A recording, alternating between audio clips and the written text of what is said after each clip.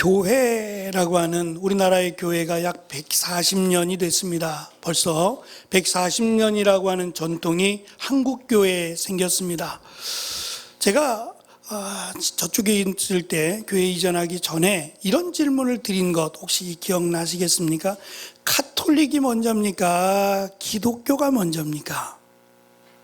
라고 물어보면 카톨릭이 먼저 아니에요? 카톨릭은 카톨릭이라는 이름으로 지금까지 쭉 왔고, 교회는 교회라고 하는 이름으로는 별로 얼마 안 된 것 같은데요. 우리나라만 해도 140년밖에 안 되니까 그렇게 생각하실 수 있습니다. 아닙니다. 교회가 먼저입니다. 왜냐하면 교회는 예수님께서 허락하신 것이고 제자들이 처음으로 성령을 받고 세운 것이 교회예요. 이해가 되십니까? 사도행전에서 교회가 처음으로 세우게 됐잖아요. 그러니까 교회가 먼저입니다. 카톨릭은 나중에 훨씬 뒤에 세워진 하나의 단체라고 할 수 있어요. 교회는 예수님으로부터 시작된, 아니 하나님의 계획 가운데 있었던, 그래서 언제라고 말하기는 시작이다라고 하나님께서 시작하셨고, 또 본격적으로는 예수님이 죽으시고 부활하셔서 또 성령이 임하고 나서 처음으로 교회라고 하는 것이 시작되었음을 우리는 알 수 있습니다. 그래서 교회가 먼저입니다. 교회는 어떠한 의미가 있느냐?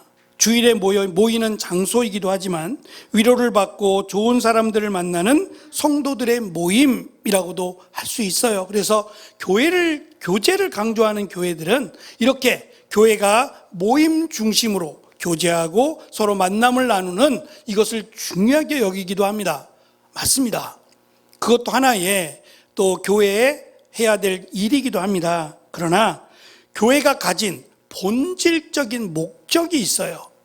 이 목적을 놓치게 되면 교회는 힘을 잃고 말 겁니다. 그래서 우리가 계속해서 교회라고 하는 것을 살펴보고 있는데, 오늘은 교회의 목적 또는 교회의 정체성과 교회 안에 속한 우리 성도들의 특권에 대해서 함께 살펴보려고 합니다. 먼저 교회의 목적은, 교회는 하나님의 무한한 지혜를, 그래서 10절에 있는 대로 하나님의 무한한 지혜라고 설명되는 하나님의 지혜로 세워진 승리의 기념비라고 할 수 있어요. 기념비라고 하는 것은 무언가를 기념하기 위해서 비석을 세운 겁니다. 크든지 작든지 간에 이것을 바라보고 이겼구나 라고 함께 공감할 수 있도록 만들어 놓은 비를 기념비라고 부르는데, 승리의 기념비라고 하는 것은 이겼다는 거예요. 그러니까 교회를 바라보면 승리했다, 이겼다라고 하는 기념비의 역할을 하도록 교회를 세우셨다는 겁니다. 그러면 무엇에 대해서 승리했느냐? 오늘 말씀해 보면 하늘에 있는 통치자들과 권세자들에게 이렇게 말합니다. 하늘에 있는, 이 땅이 아니라 하늘에 있는 이라고 말한 것은 이 땅보다 더 크고 이 땅보다 더 위대한 권세예요. 그것이 하늘에 있는 통치자들과 하늘에 있는 권세자들이라고 말하는데 사탄입니다. 물론 최종적으로는 하나님이지요. 하나님이 하늘의 권세를 갖고 있지만 또한 사탄도 하늘의 권세를 갖고 있어요. 하나님이 허락하신 권세겠지만, 그래서 그들을 대항해서 싸우고 이긴 승리의 기념비가 교회라는 겁니다. 무슨 말이냐면 하늘의 권세 잡은 이 사탄이 하는 일이 하나님으로부터 우리를 끊어내는 거예요. 마치 아담을 유혹해서 하나님이 너희들을 언제든지 내보낼 수 있어. 너희들이 조금만 마음에 안 들면 하나님이 에덴 동산에서 아담과 하와에게 하는 거죠. 유혹하는 겁니다. 언제든지 나갈 수 있어. 그러니까 너희들이 하나님 돼. 너희들이 이 선악을 알게 하는 나무 열매 하나님 먹지 말라 그랬지. 왜 먹지 말라 그랬을까? 이것을 먹으면 하나님처럼 될까 봐 그런 거야 라고 말도 안 되는 유혹을 했는데, 문제는 그 유혹이 달콤한다는 데 있어요. 만약에 내가 무슨 말이냐고, 내가 어떻게 하나님처럼 되냐고, 저리 가! 그랬으면 되는 거예요. 하나님이 먹지 말라고 했으니까 당연히 먹지 말아야지 라고 하며 사탄을 꾸짖어야 되는 게 맞아요. 그런데 그 마음 가운데 이미 그런 염려와 걱정이 있었다는 거예요. 사탄은 압니다. 하나님에 대한 두려움, 걱정, 염려. 혹시 우리가 여기 나가게 되는 거 아니야? 하나님이 나가 그러면 나가야 되는데 우리가 쫓겨나가는 거 아니야? 라고 하는 이 불안한 마음이 있는 걸 알아요. 그래서 사탄이 거기다가 불을 지핀 거예요. 불을 지펴서 이거는 너희가 하나님이 될까 봐 하나님 먹지 말라 그런 거야 라고 교묘하게 속였는데 넘어가 버리고 말았어요. 사탄은 우리로부터 어찌하든지 하나님을 끊어내려고 해요. 그 대표적인 예가 뭐냐면 봐라, 너 죄 졌지? 죄를 졌는데 어떻게 하나님이 너를 이뻐하겠어? 너는 하나님께 갈 수 없어. 가지 마. 하나님께 기도하지도 말고 하나님 말씀 앞으로 가지 마. 너는 잘못했잖아. 죄를 졌잖아. 그런데 어떻게 하나님 앞에 갈 수 있다고 생각해? 라고 하며 우리를 넘어뜨리는 거예요. 그래서 사탄의 특징은 우리를 분열시키고 또 미움을 갖게 하는 것이 사탄의 특징이에요. 그래서 사탄은 원수를 만드는 데는 탁월하다 그랬어요. 우리의 마음속에 누구를 미워하게 만드는 마음, 또 다투게 하거나 원수를 맺게 하는 마음, 이간질시키는 마음은 사탄이 주는 마음입니다. 사탄은 여기에 특화되어 있어요. 그래서 어찌하든지 우리의 마음으로 다른 사람을 미워하게 하고 하나 되지 못하게 끊어내려고 하는 것이 사탄의 마음인데, 하나님이 교회를 세우시고 이 교회가 주인이 하나님이시고 또 그리스도를 중심으로 머리로 해서 이 몸의 지체가 되게 하셨어요. 이 말은 우리의 지체들은 다 연결이 되어 있지만 사실은 이 머리로부터 명령을 받아요. 제가 머릿속으로 야, 너 손을 들어 라고 했는데 안 들어요. 손 들어. 안 들어요. 그럼 잘했어요? 못했어요? 병원에 가야 돼요. 병원에 가서 검사 받아야 돼요. 이거 문제가 심각한 거예요. 머리는 손 들어 그랬는데 이게 안 들면 병원에 가서 검사해야 돼요. 이거 병이 난 거란 말이에요. 온전하면 손 들어 그러면 손을 들어야 되고, 발 들어 그러면 발을 들어야 돼요. 손 들어 그랬는데 발이 들어요. 그러면 우리가 웃고 넘길 일이 아니라 이건 심각한 문제가 생긴 거죠. 머리로부터 지체가 명령을 받아서 그 명령에 순종해야 온전하고 건강한 지체라고 할 수 있는 거죠. 가야 되는데 싫어, 난 안 가, 그러고 뒤돌아가면 이거는 문제가 심각한 거예요. 그래서 예수 그리스도를 머리로 해서 우리가 지체되었다는 것은 예수님의 명령에 순종한다는 건데, 그 순종의 첫 번째가 뭐냐면 하나 되는 겁니다. 인정하라는 얘기예요. 손은 손의 역할을, 발은 발의 역할을, 코는 콜의 역할을, 입은 입의 역할을 하도록 만들어졌어요. 입이 손의 역할을 할 수 없지요. 입은 입의 역할을 하고 도와주라는 거예요. 손만 있어도 안 되죠. 발도 있어야 되잖아요. 발만 있으면 안 되죠. 귀도 있고 눈도 있고 코도 있고 입도 다 있어야지 우리가 온전하게 생활하는데 부족함이 없어요. 마찬가지로 내가 손인데 너는 왜 손의 역할을 안 해? 라고 따질 게 아니라 도와주는 겁니다. 손이 다른 지체를 도와주면 더 귀하게 여길 겁니다. 이렇게 하나 되게 하셨다는 거예요. 그래서 사탄이 분열시키고 나누고 시기하게 하는데 교회는 그렇지 않다. 교회는 예수 그리스도의 이름으로 하나 되었다라고 보여주도록 만드셨다는 거예요. 이것이 교회가 승리의 기념비의 역할을 하는 겁니다. 교회를 바라보면 하나 돼 있구나, 교회를 바라보면 하나님이 여기에 계시구나, 하나님의 사랑이 여기에 있구나라는 것을 드러내 보여야 된다는 거예요. 또 한 가지, 승리의 기념비가 되는 것은 교회는 크든 작든지 간에, 성도가 많든지 적든지 간에 교회는 구원의 역할을 합니다.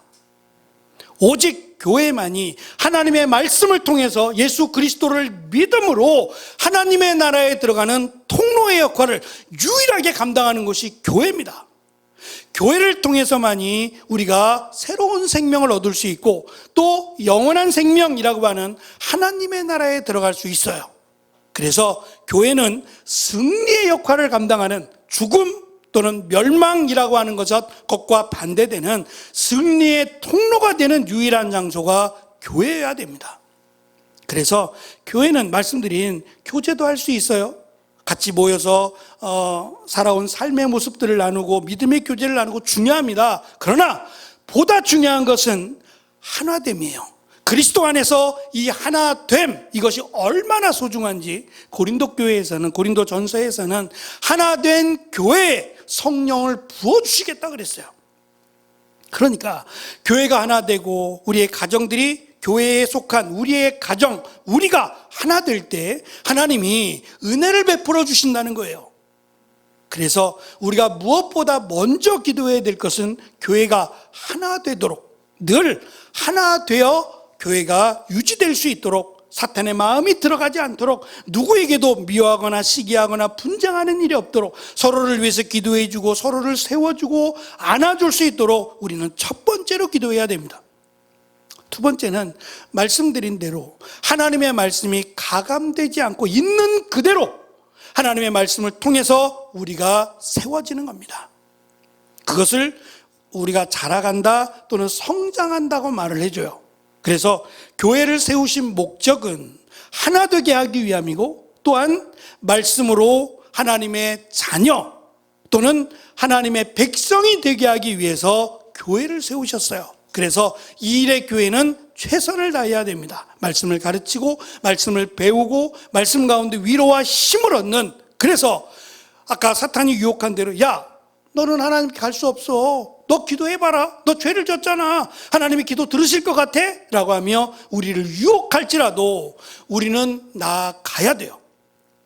하나님 앞에 나아가서 우리 연약함, 우리의 잘못한 것들을 내려놓고 기도하면 돼요. 그러면 하나님이 기도를 들으시고 정결하게 하시고 깨끗하게 하신다고 말씀하셨어요. 그러니 우리는 하나님으로부터 멀어지는 것이 아니라 오히려 더 가까워질 수 있도록 노력을 해야 됩니다.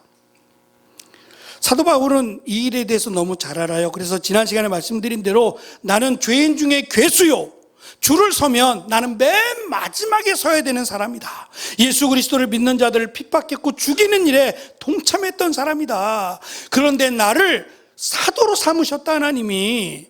이것이 얼마나 큰 은혜인지 모른다. 더군다나 내가 복음을 전해서 많은 사람들이 하나님의 자녀가 될 수 있도록 하나님의 은혜를 주셨으니 이것이 나에게 얼마나 큰 영광이요 은혜인 줄 모르겠다. 나에게 이 막중한 일을 맡기셨으니 너무 감사하다며 그는 최선을 다하겠노라고 고백을 했어요. 이전에는 교회 안에, 제가 지난 시간에 교회 안에 교회가 하나 되기 어려운 이유를 4가지를 말씀을 드렸어요. 기억하시나요? 먼저는 남자 여자도 있겠지만 신분이 달라요. 주인과 종이 한 공간에서 예배를 드려야 돼요. 그래서 주인은 이쪽에, 죄송해요. 또 그러면 이상하게 어디?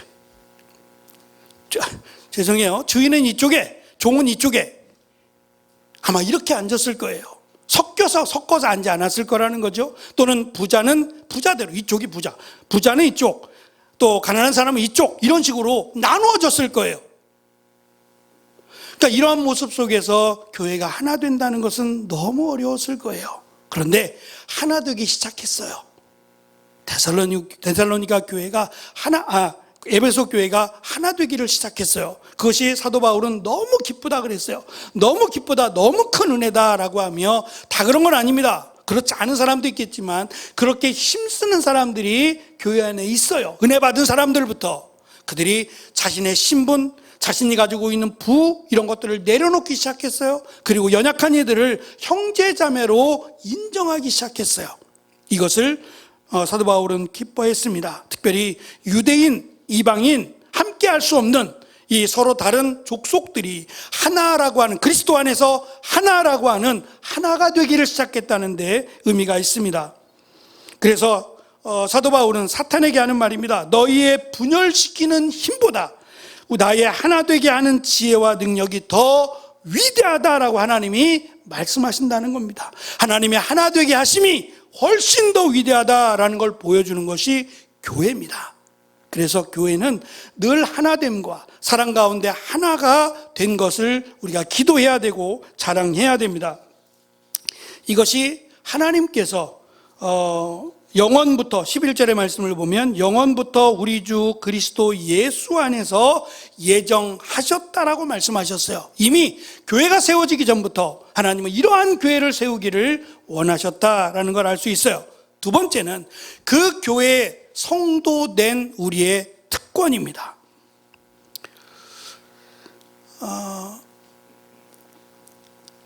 제가 혹시 이거 군대 갔다 오신 분들은 아마 익숙하게 보셨을 것 같은데, 이게 공수부대 마크예요.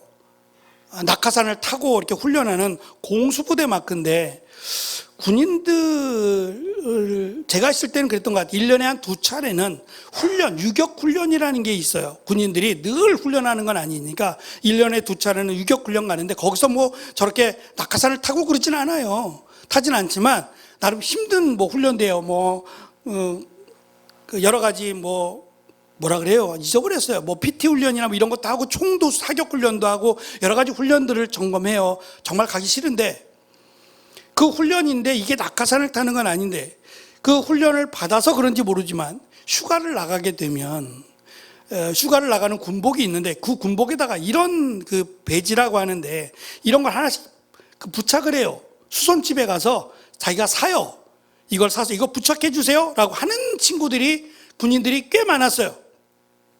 전혀 상관없는데, 저 훈련 안 받았는데 저 힘든 훈련을 받은 것처럼 내가 그냥 이거 배지를 사서 배지를 여기다가 세탁소나 이런 데가 수선집에 가가지고 붙여주세요 라고 해가지고 돈 주고 붙여가는 친구들이 있어요. 왜 그럴까요? 왜 나 훈련 안 받았는데 저걸 붙일까요? 나는 이렇게 고생하는 사람이야, 난 이렇게 훈련받아 라고 하며 은연중에 내가 이렇게 훈련받고 고생한다라는 것을 자랑하고 싶은 거예요. 혹시 이것도 배지인데 혹시 아시는 분 계실까요? 이거 아시면 이 과정을 거치신 분들인데, 이 배지가 보이스카우트라고 들어보셨죠? 보이스카우트, 걸스카우트이라고 하는, 거기에서 훈련 과정을 거치면 적어도 10시간 이상인데 10시간 이상의 훈련 과정을 거치면 이렇게 하나씩 주는 배지예요. 이게 21개입니다. 그래서 이 보이스카우트 옷을 입으면 저렇게 배지를 쭉 부착하고 다녀요. 거추장스럽지 않을까요? 저걸 옷에다 새기는 친구도 있고 저렇게 걸어서 쭉. 왜 그렇게 할까요? 원래 보이스카웃을 만든 목적이 청소년들이 책임감 있고 이타적인 시민으로 성장하도록 하기 위한 국제적 교육 훈련 단체입니다. 1907년도에 설립이 됐어요. 오래됐습니다. 이것을 통해서 청소년들이 자립심을 키우고 또 다른 사람들을 배려할 수 있는 그런 마음을 키우고자 다양한 훈련을 받아요. 의료훈련이라든지 산악훈련이라든지 혼자 스스로 설 수 있도록 도와주는 것부터 다른 사람이 위급한 상황에 빠졌을 때 자기가 나가서 도와줄 수 있도록 하는 이런 다양한 훈련들을 받습니다. 그래서 최근에 최근 일인데 최근에 저거 21개인데 21개를 다 받은 사람이 나왔어요. 꽤 오랜 시간에 걸쳐서 21개를 다 받았대요. 그럼 이분은 어디 가든지 간에 다른 사람을 도울 수도 있는 좋은 영향력을 갖고 있을 거예요. 제가 이 말씀을 드리는 이유는 사도 바울은 이렇게 말합니다. 성도의 특권은 이 하나님의 말씀, 구원에 대한 하나님의 말씀을 전할 수 있는 특권을 줬다는 거예요. 베드로에게 이런 말씀하셨어요. 예수님이 너희들은 나를 누구라고 하느냐? 제자들에게 물으신 거죠. 제자들에게 길 가다가 너희들은 나를 누구라고 하느냐 물으셨어요. 사람들이 나를 누구라고 하느냐 물었더니 어떤 이들은 엘리야 선지자, 어떤 이들은 모세라고도 하고 어떤 이들은 이렇게 이야기를 해요. 그러면 나와 함께 늘 생활하는 너희들은, 제자들, 너희들은 내가 누구라고 생각하느냐라고 물으셨어요. 그랬더니 베드로가 이야기합니다. 주는 그리스도시요 살아계신 하나님의 아들입니다 라고 대답을 했어요. 주가 메시아란 얘기예요. 그리스도입니다. 메시아입니다. 우리가 그토록 기다리던 메시아가 바로 예수님입니다 라는 고백과 또 살아계신 하나님의 아들 하나님입니다 라는 고백이에요. 두 가지 놀라운 고백이에요. 예수님은 메시아입니다. 살아계신 하나님입니다. 라는 놀라운 고백이에요. 이 고백 때문에 사실은 스데반이 죽은 거예요. 말도 안 되는 소리 하지 마. 저렇게 보잘것없는 예수라는 자가 하나님이라고, 저 사람이 메시아라고 하며 돌을 던져 죽였던 거거든요. 그런데 스데반만 그런 게 아니라 베드로도 다른 제자들도 그렇게 고백을 합니다. 그래서 예수님이 말씀하세요. 이것을 알게 하신 것은 하나님이다. 베드로가 대단해서 그런 게 아니라 이거를 다 말씀하셨어요. 예수님이 메시아로서의 영향력, 기적과 능력과 말씀을 가르쳐 주셨고, 또 하나님이시면 가능한 일들, 하나님이셔야 가능한 일들도 보여주셨어요. 가르쳐 주셨고요. 모르는 게 이상해요. 당연히 알지요. 그런데 이것을 알게 하니는 너희의 살아계신 하나님이다라고 하시며 이렇게 축복하셨어요. 베드로야, 내 이름 반석이라고 하는 이름처럼 이 반석 위에 교회를 세우게 하시겠다고 말해요. 결국 예수님이 메시아고 예수님이 하나님이시다라고 하는 것을 전할 수 있는 교회를 세우라는 거예요. 그래서 교회는 해야 될 일이 말씀드린 것처럼 구원의 통로가 되어서, 교회는 예수님, 인간의 육신을 입고 오신 예수님이 바로 메시아고 바로 하나님입니다 라고 전하는 겁니다. 여기에 구원의 열쇠가 있어요. 천국을 열쇠를 돌려서 들어가는 건 아닙니다만, 만약에 천국에 들어가는 문이 있다면 이 천국에 들어가는 문의 열쇠는 열려라 참깨가 아니라, 이 천국에 들어가는 열쇠는 바로 예수님이 메시아시라고 하는 고백과 예수님이 하나님이시라고 하는 고백이 천국을 연다는 거예요. 그것을 열 수 있는 열쇠를 성도들에게 줬다는 거예요. 근데 이 열쇠는 눈에 보여지지 않아요. 내가 갖고 다닐 수도 없는 이거는 열쇠입니다. 대신 잃어버릴 수도 없는 열쇠죠. 그래서 저는 개인적으로 기도할 때 제가 나이가 많이 들어서 다 잊어버려도 이것만큼은 안 잊어버렸으면 좋겠습니다. 다 잃어버려도, 얼굴도 잊어버리고 다 잊어버려도 이것만, 예수님이 메시아시고 예수님이 하나님이십니다, 이것만 잊어버리지 않았으면 좋겠다 기도하고 있어요. 물론 치매라고 하는 것은 병입니다. 병이기 때문에 그거 갖고 말할 수는 없어요. 잊어버릴 수 있어요. 그렇지 않을까요? 그러나 우리가 정신이 있을 때만큼은 확실하게 어떻게 하면 구원받을 수 있습니까? 라고 물어보면 확실하게 대답을 할 수 있어야 돼요. 예수님이 메시아십니다.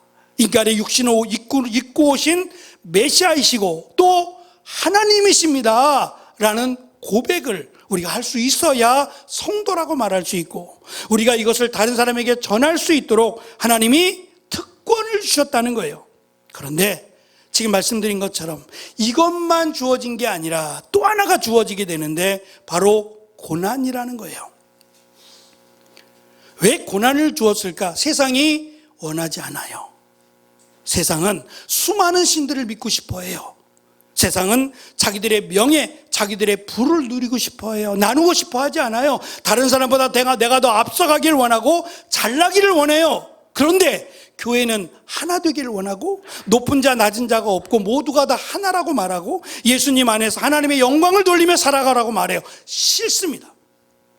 그것이 싫으니 그것을 전하는 자들을 놔두고 싶지 않아요. 내 마음대로 살고 싶은데 이것을 전하고 이것을 믿으면 내 것이라는 게 생기지 않잖아요. 나를 자랑하고 싶은데 자랑할 게 없어지잖아요. 여러 신들을 믿고 싶은데 안 보이는데 하나님만 믿으라고 하잖아요. 그래서 믿는 자들을 핍박하고 없애려고 한다는 거예요. 그래서 예수님을 믿음으로 받는 고난, 이 고난은 영광이라는 거예요. 영광의 상처라는 것이고, 예수님을 믿음으로 받는 고난은 우리가 자랑해도 좋은 하나님의 영광이 된다는 거예요. 마치 저렇게 내가 열심히 수고하고 노력해서 하나의 배지를 달고 이것이 나를 유익하게 할 뿐만 아니라 다른 사람을 도울 수 있는 영향력을 주는 것처럼, 내가 예수 그리스도를 믿음으로 당하는 고난, 이것이 어떠한 모양이든지 간에 이 고난이 나에게는 영광스러운 모습이 된다는 거예요. 그래서 사도 바울은 심지어는 흔적이라는 말을 쳤어요. 이 흔적이라는 말을 다시 바꿔서 말하면 상처예요. 지워지지 않는 상처.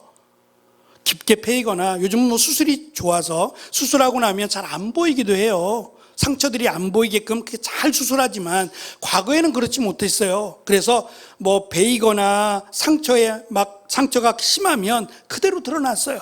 흉터가 온몸에 남았단 말이에요. 사도 바울도 많이 맞았어요. 많이 맞고 괴롭힘을 당했고 심지어는 돌도 맞았어요. 그러다 보니 여기저기 깨지고 상처들이 많았어요. 그런데 사도 바울은 이 상처가 보기 싫은 흉이 나에게는 영광의 상처라고 말합니다. 우리는 그렇게까지 영광의 상처가 있진 않아요. 그러나 예수님을 믿음으로 내가 당하는 고난은, 예수님 믿음 때문에 당하는 고난은 사도 바울의 말처럼 영광이라고 말할 수 있어요. 영광의 상처라고 말할 수 있다고요. 예수님을 믿는 흔적이라고 사도 바울은 우리에게 가르쳐 줍니다. 특별히 유대인들은 장차 올 메시아의 영광을 경험하기 위해 현재의 고난을 산고의 과정이라고 여겨왔어요. 마치 우리 여인들이 생명을 낳기 위해서 진통을 하듯이 얼마나 힘들었을까요? 지금처럼 뭐 진통 주사를 맞는 것도 아니라면 아이를 낳으면서 죽는 경우도 있었고요. 제왕절개 수술이 있었겠어요? 없습니다. 온전히 자연분만을 해야 되는데 이게 수월하지 않을 수도 있잖아요. 얼마나 많은 고통을 겪어야 됐을까? 이거 고통처럼 우리가 예수님을 믿음으로 당하는 고난은 이런 산고의 고통과 같다라고 여겨왔습니다. 그래서 우리가 기억해야 될 것은, 첫째는 이 교회가 승리의 기념비다라는 거예요.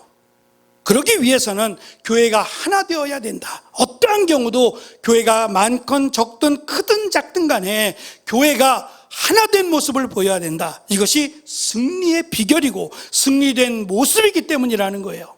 차별이 있어서도 안 되고 차이가 있어서도 안 된다. 그리스도 안에서 모든 귀한 지체들이다.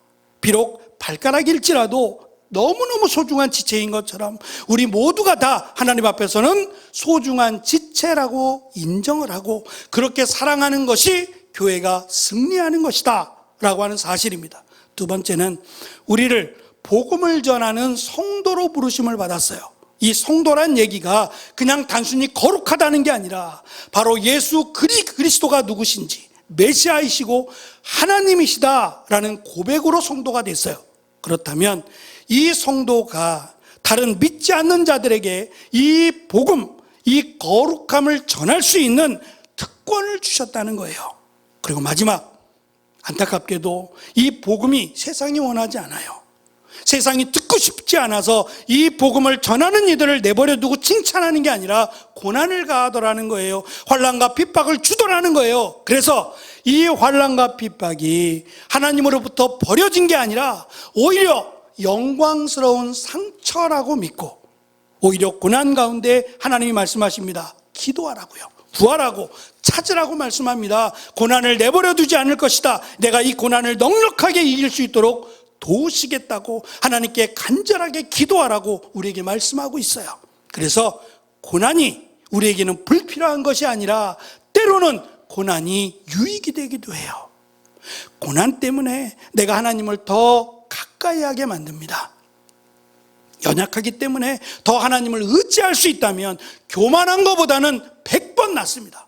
교만하여 하나님이 필요 없다고 말하는 것보다 내가 약해서, 내가 부족해서 하나님께 더 가까이 갈 수 있다면 이것이 더 큰 축복이자 영광이라고 우리는 믿어야 합니다. 그래서 우리가 고난받을 때 포기할 것이 아니라 오히려 고난을 통해서 하나님께로 더 가까이 나아가고 하나님의 은혜를 구한다면 하나님이 우리에게 주신 교회의 목적, 또 성도들의 특권, 이것을 우리에게 허락하셨는데 그것을 우리가 잘 받았고 그것을 통해서 하나님이 영광 받으신다는 사실을 기억하고 서로 사랑하고 고난 가운데 함께 기도함으로 이것을 넉넉하게 이겨나감으로 주님이 오실 때까지 이 믿음의 길을 함께 걸어가는 저와 여러분이 되시기를 간절히 축원합니다. 기도하겠습니다.